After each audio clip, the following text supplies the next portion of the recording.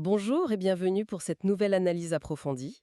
Alors aujourd'hui, le document qu'on a sur la table, ça ressemble à s'y méprendre à un véritable thriller politique.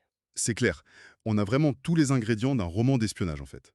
Exactement, on parle de complot, de fausses pistes, de trahison en interne, c'est fascinant. Et la dynamique est d'autant plus intéressante que le récit repose sur une narration hyper stratégique. On est face à un vrai cas d'école de rhétorique militante. Tout à fait. Et pour donner un peu de contexte, la source unique de notre plongée du jour, c'est un texte avec une plume, ma foi, magnifique et très acérée. Très incisive, oui. C'est un texte rédigé par Aïssatou Bouba Balil, qui est une militante bien connue du parti politique camerounais MRC. Le mouvement pour la renaissance du Cameroun. Voilà. Et ce qui frappe d'emblée, c'est la qualité de la démonstration. C'est structuré, c'est mis en lumière spécifiquement pour la chaîne YouTube La Revue de 237. Une chaîne très active sur ces sujets. Oui, d'ailleurs, j'invite vraiment toute notre audience, tous ceux qui sont passionnés par ces décryptages de l'ombre, à aller s'abonner à cette chaîne. C'est le meilleur moyen de soutenir ce travail. Absolument. S'abonner à la revue de 237, c'est s'assurer de voir émerger ce genre d'analyse politique hyper pointue. Par contre, avant qu'on plonge vraiment dans les rouages de ce texte, je pense qu'il est absolument crucial de poser un cadre strict. Ah oui, très important. Parce que le document aborde des sujets qui sont extrêmement polarisés. On parle du Cameroun, de l'opposition, du régime Biya. C'est inflammable comme sujet. Complètement. Donc, il est primordial de préciser à l'auditoire que cette émission ne prend aucun parti. Aucun. On n'est pas là pour valider ou invalider les opinions de l'autrice. Notre mission, c'est de décortiquer impartialement les idées, les allégations et la rhétorique de ce document. Le cadre est posé. Alors, rentrons dans le vif du sujet. La mission de ce texte, si on résume, c'est de démonter la mécanique d'une, je cite, terrible machination. Une machination visant à détruire un leader politique, C'est ça. Et la porte d'entrée de cette intrigue, c'est l'énigme d'un personnage mystère. que l'autrice surnomme avec beaucoup d'ironie le «bon diable». Le fameux bon diable. Et ça commence par un faux départ assez spectaculaire. Selon l'autrice, ce bon diable décide soudainement de quitter le pays. Avec un prétexte bien précis. Oui, il a une espèce d'urgence diplomatique. Il doit partir au Sénégal pour aller s'incliner devant la tombe de feu Amadou Ahidjo. Et ce qui est fascinant ici, c'est le choix de cet alibi. Sur le plan rhétorique et politique, c'est un coup de maître que l'autrice s'attache à déconstruire. Parce que la figure d'Ahidjo, c'est lourd de sens, non? Très lourd. Dans l'inconscient collectif camerounais, la question de ses restes au Sénégal porte une charge symbolique énorme. Donc, utiliser ça, c'est une couverture parfaite. En théorie, oui. C'est se draper dans une légitimité historique. Ça permet de justifier un départ précipité sans éveiller les soupçons. Sauf que la mécanique s'enraye presque tout de suite. La fameuse faille dans le plan. Exactement. Et c'est là que la plume de l'autrice devient vraiment mordante. Elle introduit un certain Stéphane Tchoumbou. Ah oui, lui. Elle y va pas par quatre chemins, elle le décrit comme quelqu'un qui a la langue bien pendue. C'est cette indiscrétion qui fait basculer toute la stratégie. Une fuite accidentelle qui révèle que ce voyage au Sénégal, c'était juste un écran de fumée.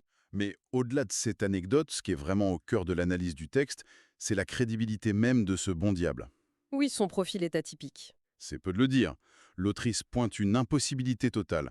On parle d'un individu qui vient à peine de démissionner du gouvernement. Un gouvernement qui l'a servi pendant des décennies. Voilà. Et en l'espace d'à peine un mois, il s'autoproclame figure de proue de l'opposition. L'autrice utilise le mot prestidigitation d'ailleurs. C'est le mot juste. Elle qualifie cette transformation de fable. On ne peut pas changer de camp de manière crédible aussi vite. On ne devient pas l'antithèse d'un système du jour au lendemain. Surtout quand on en a été un rouage essentiel. Si la transformation est fausse, c'est qu'elle sert un objectif caché. Et cet objectif caché, c'est là que ça devient vraiment intéressant.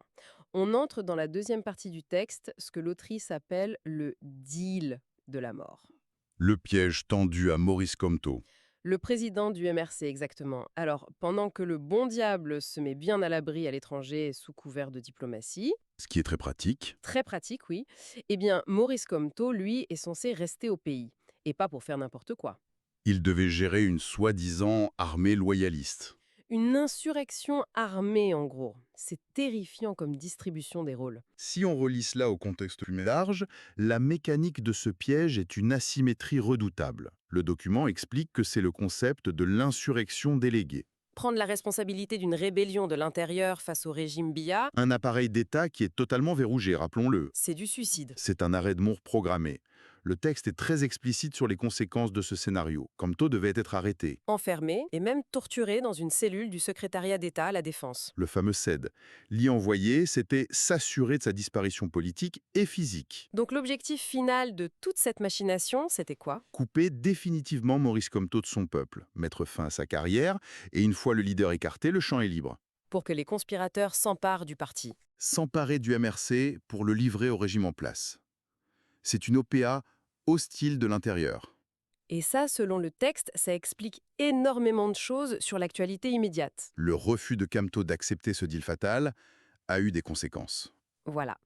Le texte fait le lien direct avec les lynchages médiatiques en cours contre lui et son conseiller spécial, Albert Zangan. Face à l'échec de la liquidation physique, les instigateurs sont passés au plan B, la destruction réputationnelle. C'est fou. Mais dans toute machination, il y a toujours un grain de sable. Le grain de sable qui vient gripper la machine.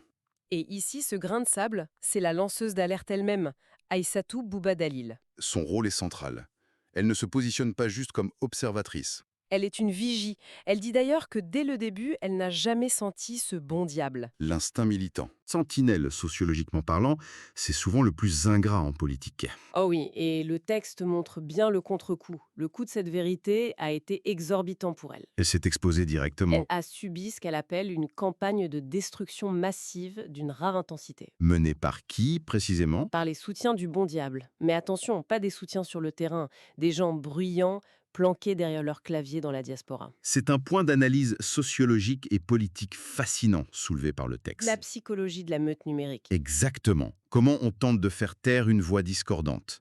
Les acteurs éloignés géographiquement ont souvent une approche beaucoup plus décomplexée de la violence. Le cyberharcèlement. L'objectif, c'est pas le débat d'idées. C'est l'invalidation de la personne. L'épuisement. Et la tactique est perverse. Ah, complètement perverse. Le texte raconte qu'ils ont utilisé le nom de la lanceuse d'alerte pour harceler systématiquement Maurice Kamto.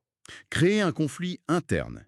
Isoler le leader de sa sentinelle. C'est tellement violent qu'elle avoue avoir dû prendre du recul. Elle a dû se taire un moment face à la brutalité des attaques. Un silence tactique. Mais ce silence a laissé le temps à la cible principale de déployer sa parade. L'esquive de Kamto. Et c'est là qu'on arrive dans la quatrième partie de notre analyse. Le texte insiste bien. Maurice Kamto n'est pas né de la dernière pluie. C'est un homme politique d'expérience. Il a su lire les trajectoires de cette machination. Il ne pouvait pas soutenir formellement le bon diable. Son dilemme était complexe. Refuser frontalement, c'était risquer de fracturer sa base, séduite par l'illusion d'une solution miracle. Mais cautionner, c'était la prison.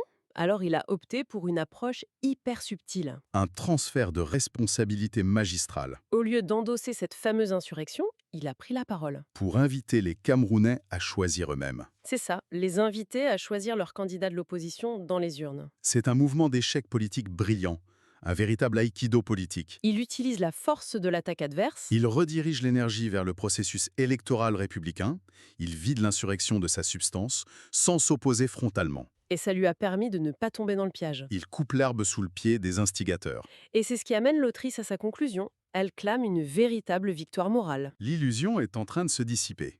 Aujourd'hui, les Camerounais ouvrent les yeux. Le texte affirme que ceux qui aiment vraiment le MRC comprennent à quel abîme ils ont échappé.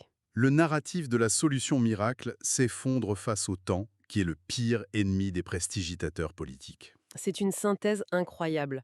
Ce texte militant se lit vraiment comme un roman d'espionnage, on l'a dit au début, mais c'est tellement réel. Ça mêle fausse rébellion, lutte intestine et une véritable résistance stratégique. C'est pour ça qu'il est capital de soutenir les espaces qui diffusent ce niveau de réflexion. Je le rappelle avec ferveur, ce texte brillant provient de l'écosystème de La Revue du 237. Une source précieuse pour ce type de décryptage. Allez massivement vous abonner à leur chaîne YouTube. C'est la garantie de continuer à suivre ces analyses pointues de la scène camerounaise. Pour conclure notre analyse, ce document soulève une interrogation profonde sur la nature humaine en politique. Je vous écoute. Si les machinations politiques reposent très souvent sur l'aveuglement collectif et sur cet enthousiasme du public pour des solutions miracles, Les fameux chants des sirènes. exactement. Jusqu'à quel point le courage d'un lanceur d'alerte isolé peut-il réellement changer le cours de l'histoire avant qu'il ne soit trop tard? C'est la question centrale. Une sentinelle qui prend les coups pour son camp, juste armée de sa lucidité, c'est parfois la seule chose qui empêche un mouvement de basculer dans le vide. C'est une pensée redoutable. Une belle idée à méditer pour tous ceux qui nous écoutent. La politique se gagne aussi contre les illusions internes. Merci pour cet éclairage et à très bientôt pour une nouvelle plongée au cœur de l'actualité.